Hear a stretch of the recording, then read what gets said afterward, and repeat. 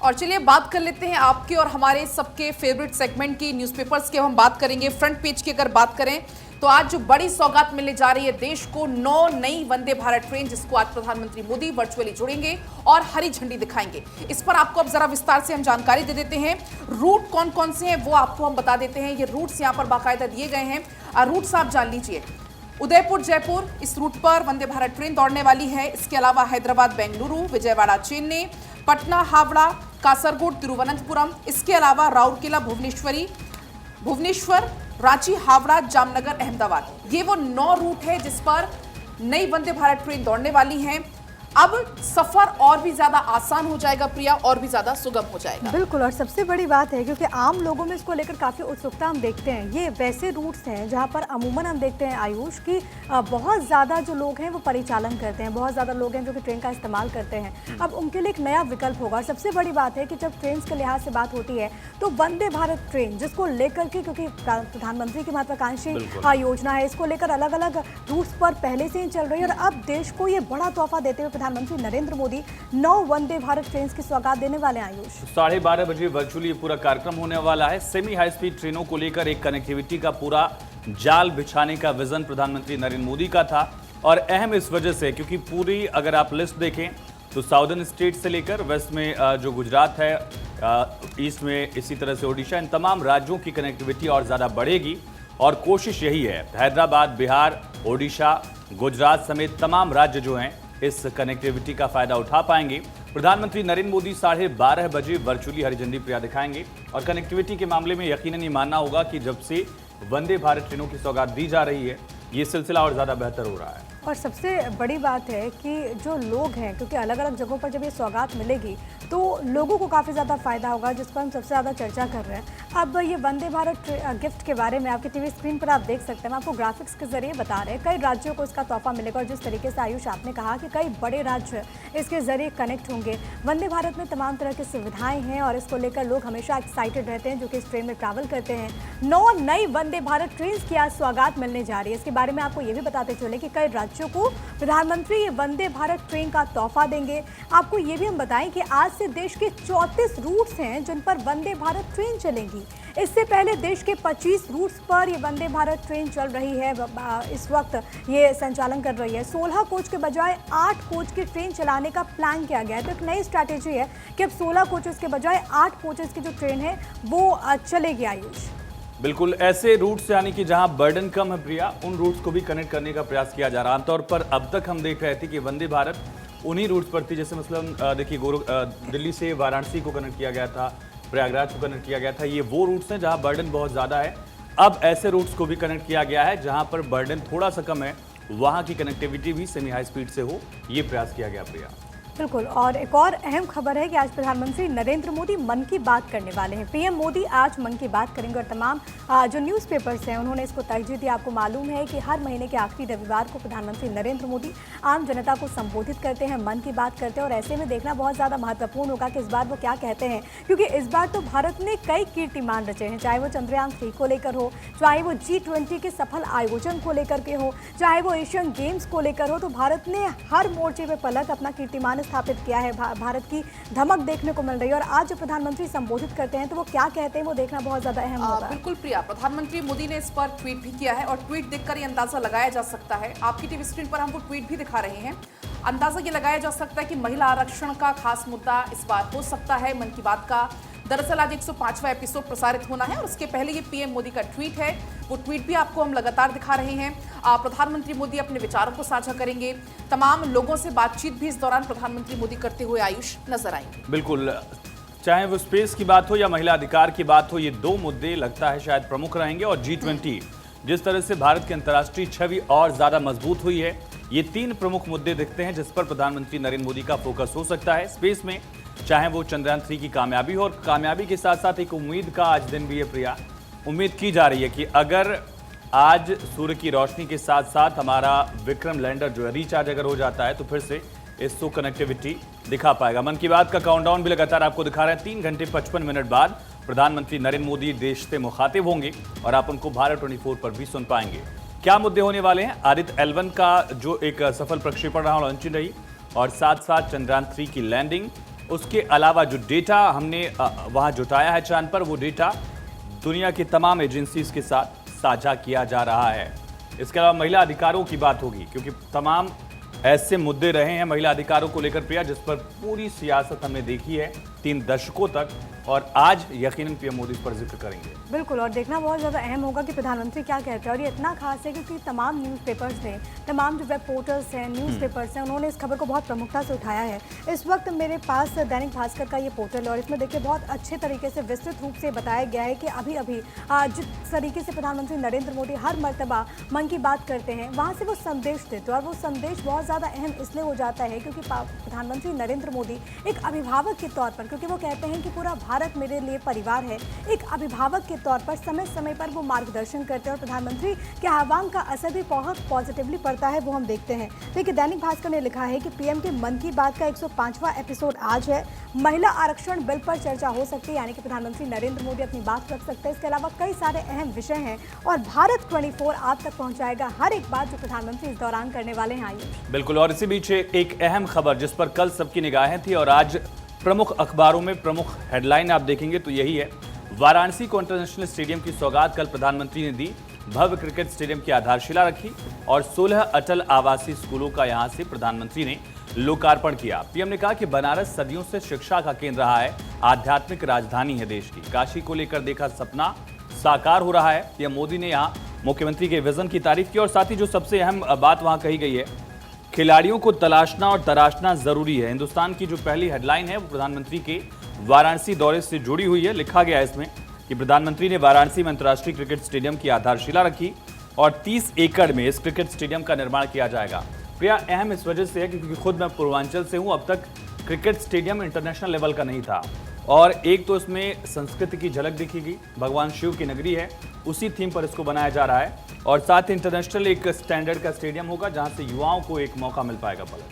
बिल्कुल आयुष, एक खास बात और पीएम मोदी यहाँ पर कहते हुए नजर आए थे कि जो खेलेगा अब वही खेलेगा। दैनिक जागरण ने ये हेडलाइन भी दी हुई है। उन्होंने यहाँ पर कहा कि पहले माता पिता पूछते थे कि क्या बस खेलते ही रहोगे या पढ़ोगे भी, लेकिन अब लोगों की सोच बदल रही है। उन्होंने कहा कि जो खेलेगा वो और खेलेगा। आपको एक बार सुना देते हैं प्रधानमंत्री नरेंद्र मोदी ने क्या कुछ कहा।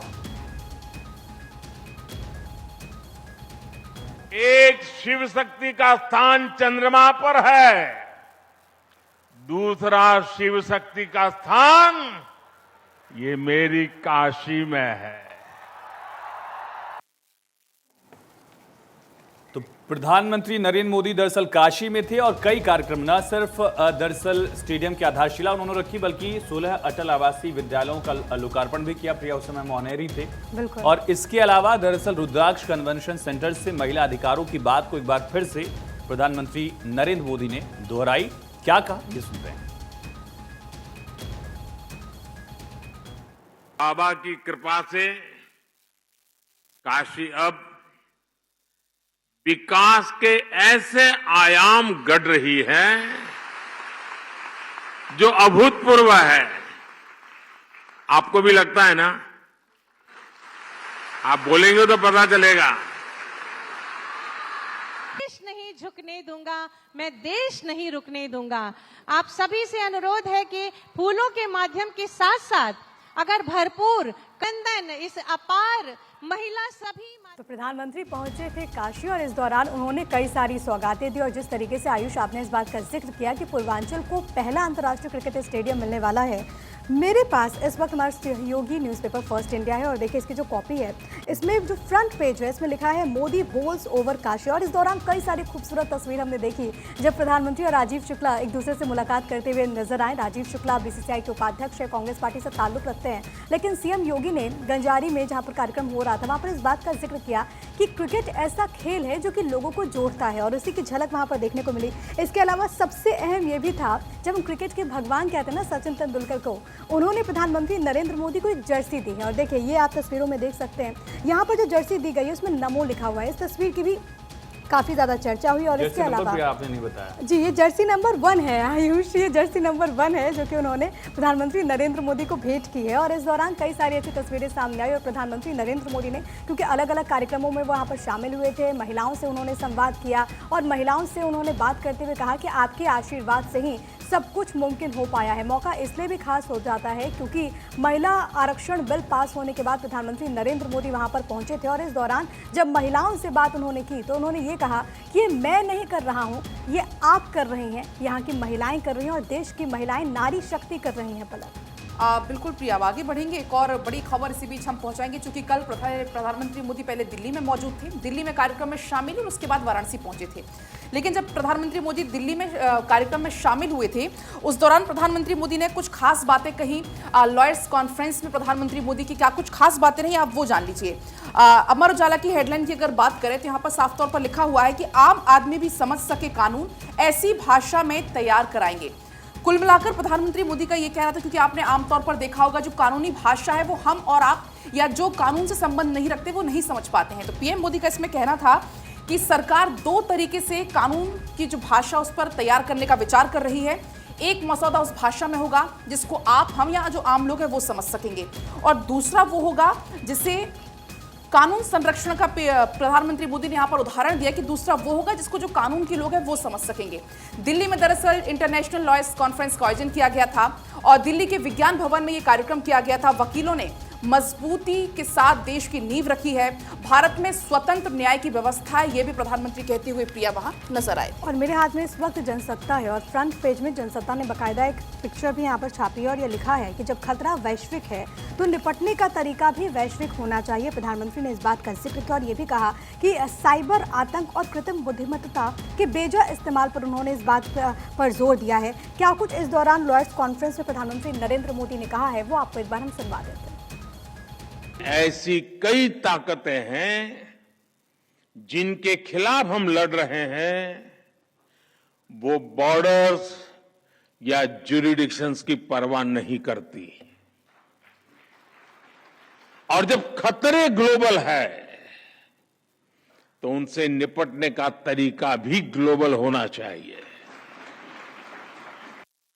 और देखिए, जिस हम तस्वीर की बात कर रहे थे, ये तस्वीर की चर्चा आयुष कल बहुत ज़्यादा हुई। प्रधानमंत्री नरेंद्र मोदी एक तरफ, वहीं दूसरी तरफ आपको chief justice of India DY Chandrachud यहाँ पर नजर आ रहे हैं। लाइटर नोट पे देखिए, दोनों मुस्कुराते हुए यहाँ देखे जा रहे हैं। और दोनों मैंने सोशल मीडिया पर भी देखी जी, और दोनों एक अहम जिम्मेदारी निभाते हैं, लेकिन ये बहुत कम मौका ऐसा मिलता है जब दोनों यहाँ पर लाइटर मोड में नजर आ रहे हैं। कई बार क्लैशेज होते हैं सरकार और न्यायालय के बीच, लेकिन ये जो है बहुत जरूरी है कि सार्थक चर्चा भी होती रहे और दोनों ने ही पॉजिटिव पर्सपेक्टिव में यहाँ पर बात रखी है, चाहे वो सीजीआई की बात की जाए या प्रधानमंत्री की। पीएम की भी कोशिश रही है कि जो वकालत की भाषा है वो आम लोगों की समझ में आ सके, ये प्रयास किया जाए और इसी पर सीजीआई भी जोर दे रहे हैं दरअसल। प्रिया बिल्कुल, और ये बहुत ज़्यादा अहम है। इसके अलावा प्रधानमंत्री ने जब यहाँ पर वो मौजूद थे और देखिए कई देशों के भी यहाँ पर जो काउंसलर थे वो यहाँ पर मौजूद थे और प्रधानमंत्री ने बताया कि किस तरीके से हमारा उद्देश्य होना चाहिए कि हर व्यक्ति को इंसाफ मिल सके और इसके लिए क्या भूमिका होती है न्यायपालिका की, क्या भूमिका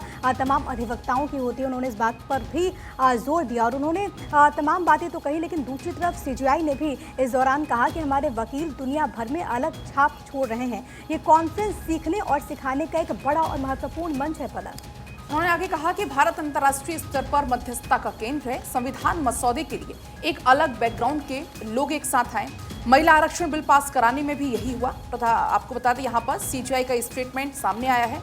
उन्होंने कहा कि महिला आरक्षण बिल पास करने में भी यही हुआ है और यही आगे होना भी चाहिए। हमारे वकील दुनिया भर में एक अलग छाप छोड़ रहे हैं।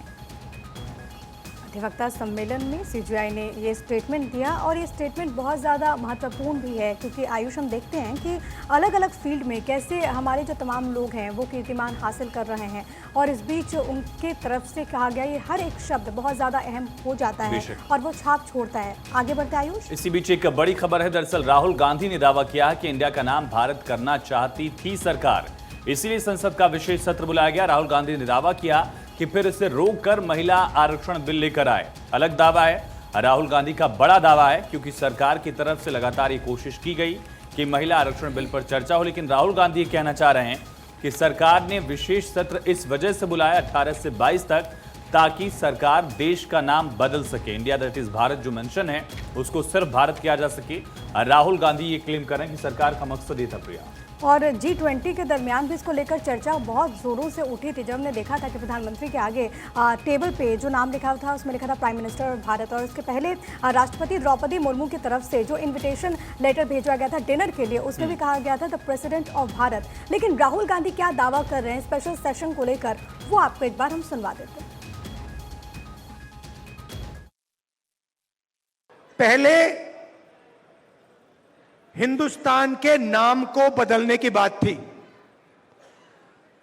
याद है आपको? इंडिया से भारत। अब पहली बात, कॉन्स्टिट्यूशन में साफ लिखा है इंडिया दैट इज भारत, मतलब दोनों नाम कॉन्स्टिट्यूशन में हैं। मगर ये इन्होंने पहले नया बहाना बनाया,